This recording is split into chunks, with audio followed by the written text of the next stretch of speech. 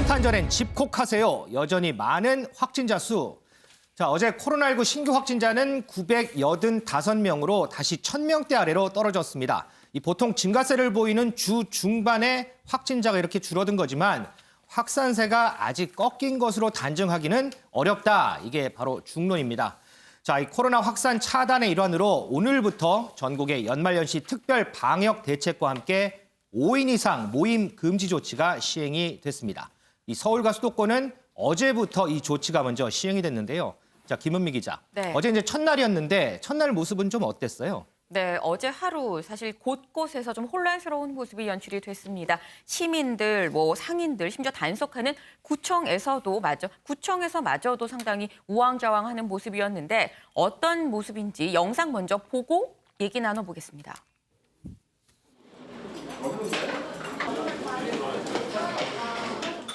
테이블 어차피 따로 앉으면 되지 않나 싶어서 일단 나오기는 했거든요. 밥상 자체가 쭉 있잖아요. 그럼 쭉 왔는데 뭐 5명이 문제가 아니지. 원래는 6명에서 나오려고 했는데 오늘부터 5인 이상 집합 금지라서 4명에서 나왔고 2분은 따로 식사하시고요. 약속이 되게 많았었는데 지금 그거 다 계획 취소되고 파티룸 잡았던 것도 아예 취소하고 그냥 집에서 아마 보낼 것 같아요. 등본 안 갖고 오면 주민등록증 일일이 다 확인해야 되는 거예요? 등본 확인하는데 뭐 좋아할 사람이 누가 있어요? 장사를 아예 포기하는 집들이 많아요. 나와봐야 속만 타고. 네, 지금 같이 얘기 들어보셨는데 어제 시민들 내식 따로 앉으면 될 것 같아서 같이 일단 나왔다라고 말하시는 분들도 있었습니다. 근데 결론부터 말씀을 드리면 내식 따로 떨어져 앉아도 이 떨어져 앉은 상태에서 서로 대화를 전혀 나누지 않는다고 해도 모두 행정명령 위반이 됩니다. 그러니까 어제가 첫날이기 때문에 아마 잘 모르셔서 늘 그러신 것 같아요. 그런데 이게 시민들뿐만 아니라 만약에 위반했을 경우 이걸 단속해야 되는 구청 직원들도 같은 서울시 안에서 한 구청에서는 내식 떨어져 앉으면 됩니다라고 지도를 하고 네. 또 다른 구청에서는 떨어져 앉아도 안 된다. 이게 사실 정답이죠. 그렇죠. 떨어져 앉아도 안 됩니다라고 이 지도를 하니까 시민들 입장에서도 이게 대체 무슨 말이야? 어떻게 하라는 거야?라고 하셨을 겁니다. 네, 이 우왕좌왕 하는데 이제 여기에 더해서 이제 상인들 입장에서는 지금 입이 잔뜩 나온 상태입니다. 그러니까 아까 들으셨는데 이제 5명이 넘으면 그러면 주민등록 등본을 내가 일일이 확인을 해야 되는 거냐라고 얘기를 했는데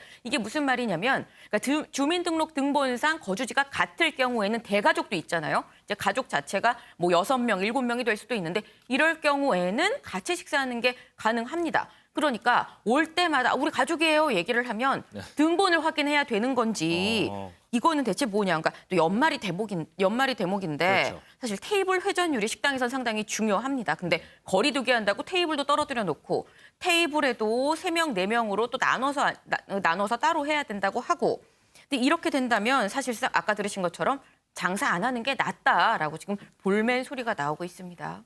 지금 김은미 기자가 설명도 했지만 이 5인 이상 모임 금지와 관련해서요. 꼭 같이 살아야 하느냐. 그럼 부모님이나 형제들은 괜찮은 거 아니냐. 이런 의문, 불만들 상당히 좀 많은 것 같습니다.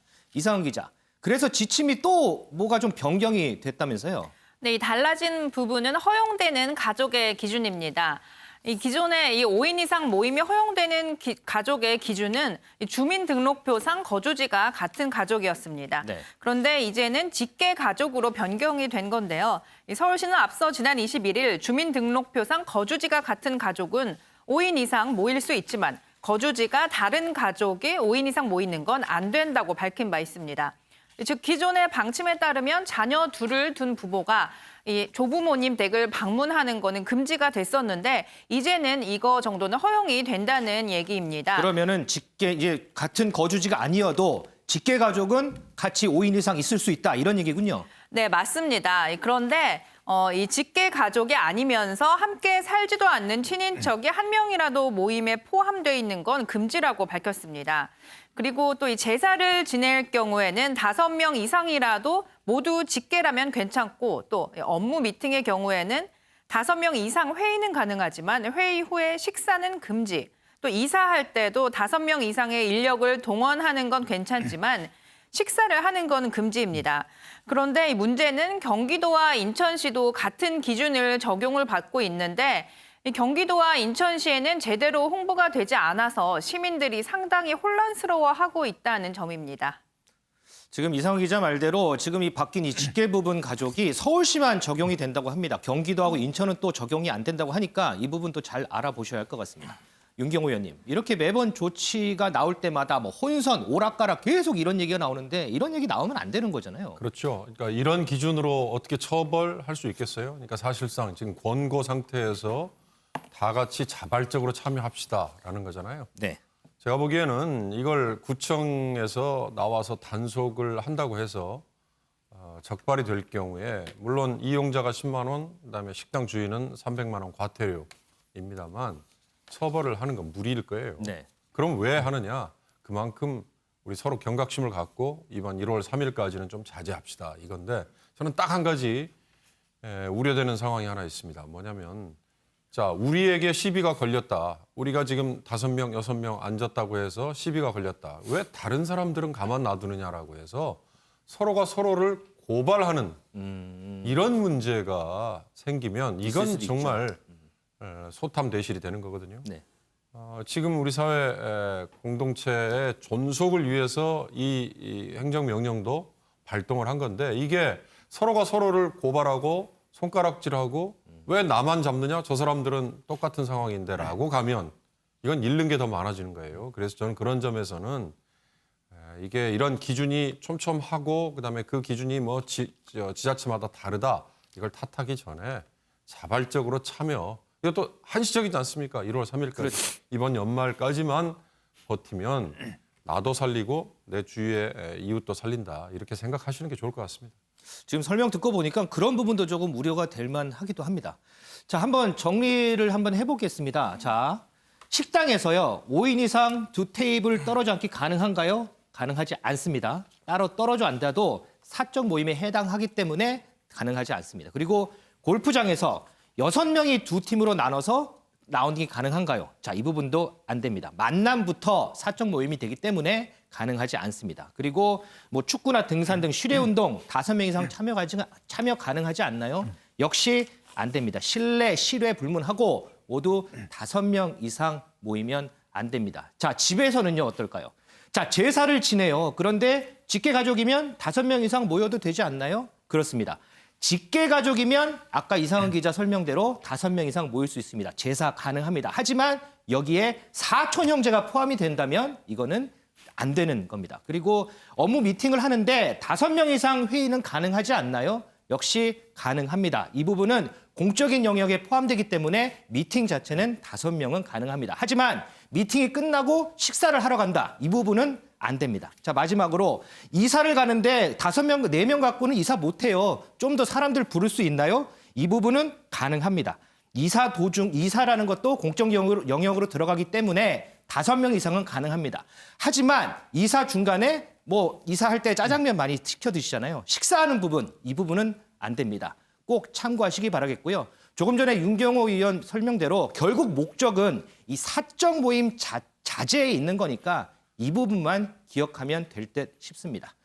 자, 오늘부터 신임 권덕철 복지부 장관이 업무를 시작하면서 코로나 초기부터 방역 최전선에 섰던 박능우 장관이 3년 5개월 만에 물러났습니다.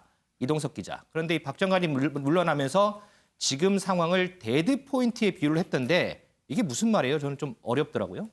네, 3년 5개월 동안 최장수 복지부 장관 타이틀을 기록한 박능우 장관이 어제 비대면으로 퇴임식을 가졌습니다. 코로나19 사태를 처음부터 지켜본 박 장관은 바로 지금 이 시점이 데드 포인트다 이렇게 밝혔는데요. 즉 마라톤을 할 때 가장 고통스러운 순간을 의미합니다.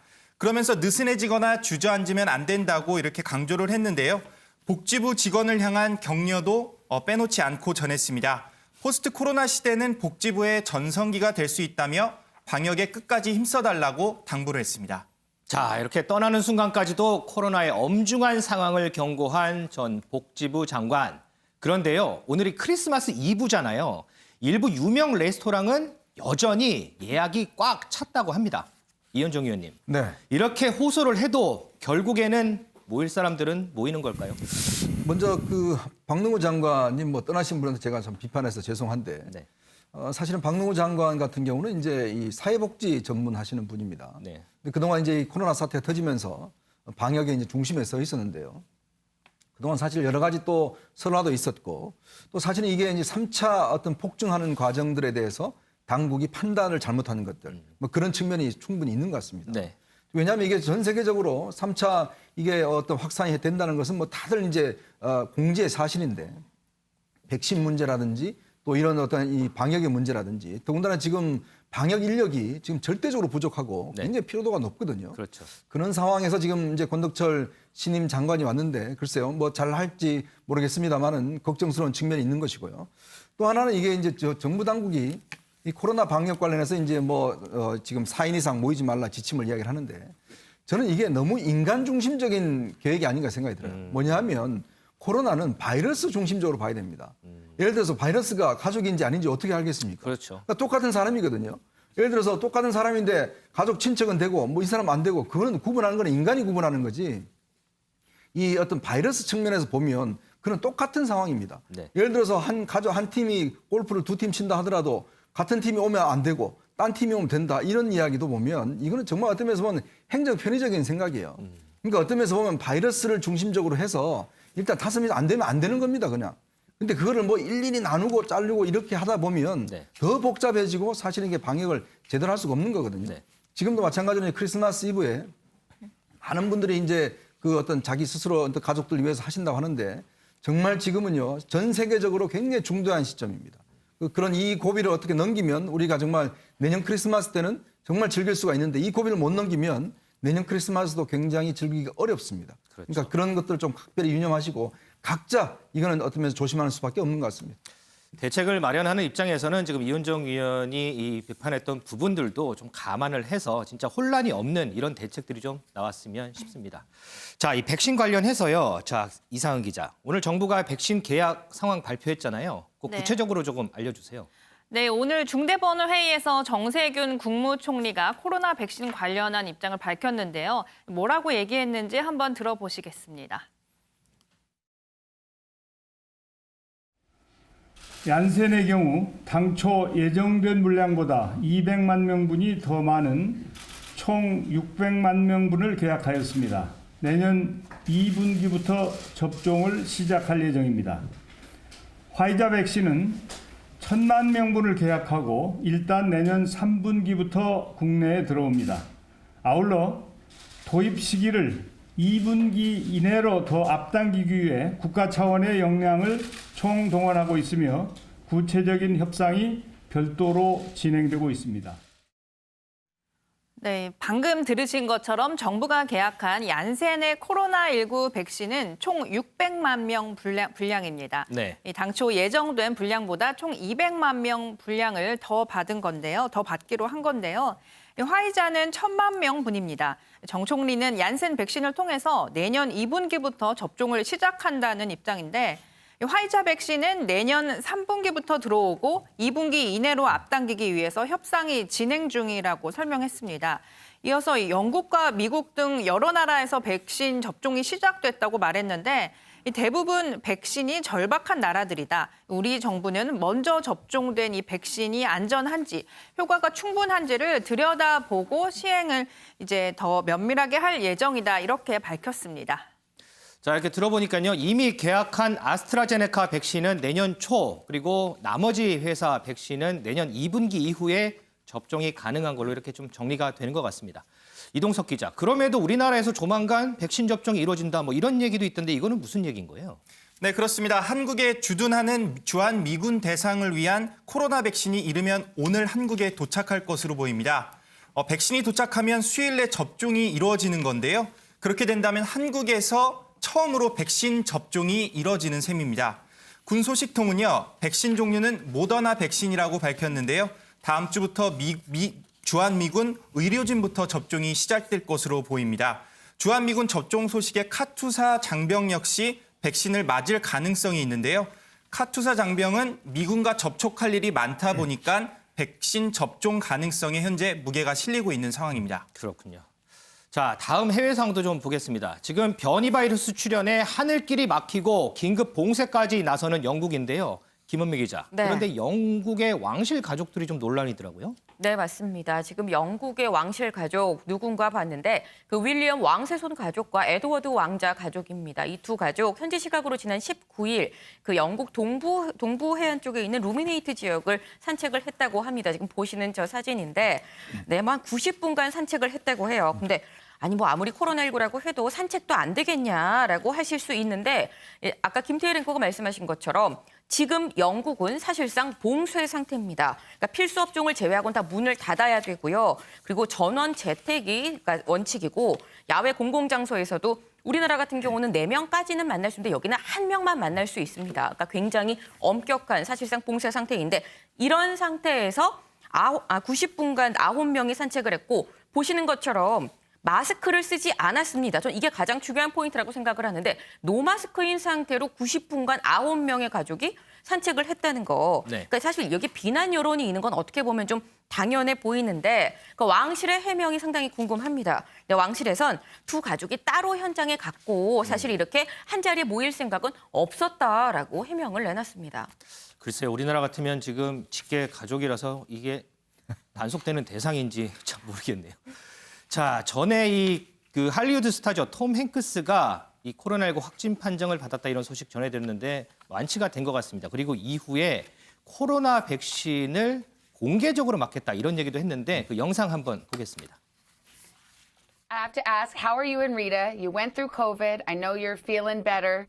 Okay, we had it, and it was a tough couple of 10 days, locking down. We wear masks, and we still do, not just so that we don't catch it, but so that you don't give it to somebody in case you are one of those kind of like asymptomatic carriers. Would you consider doing that when it was your turn? Yeah, sure. 자, 내일 크리스마스 휴일을 포함해서 이제 사흘 연휴에 들어가는데 앞서 얘기 나눴던 5인 이상 모임 금지 모두 잘 기억하시길 바라겠습니다.